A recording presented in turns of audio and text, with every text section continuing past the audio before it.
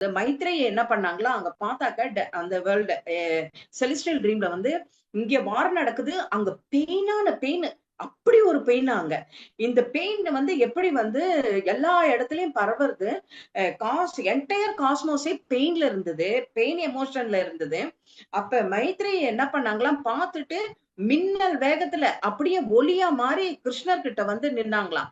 நின்னுட்டு கிருஷ்ணா இது என்ன இப்படி எல்லாரையும் அஃபெக்ட் பண்ணுது அப்படின்னு சொன்ன உடனே கிருஷ்ணர் என்ன சொன்னாரா, இந்த இடத்துல வந்து ருக்மணி தேவி எங்க அப்படின்னு கேட்கும்போது அவங்க வந்து துவாரகால மெடிடேஷன்ல போயிருக்காங்க அப்படின்னு சொன்னவன, நீயும் போ, அவங்களோட உட்காந்து மெடிடேஷன் பண்ணு, பண்ணிட்டு நீங்க 2 பேரும் என்ன பண்றீங்க, அந்த மெடிடேஷனோட எனர்ஜிய, அந்த பாசிட்டிவ் எனர்ஜியை எல்லாத்தையும் இங்க அனுப்புங்க, என்கிட்ட அனுப்புங்க அப்படின்னு சொல்லி கேட்டாராம்.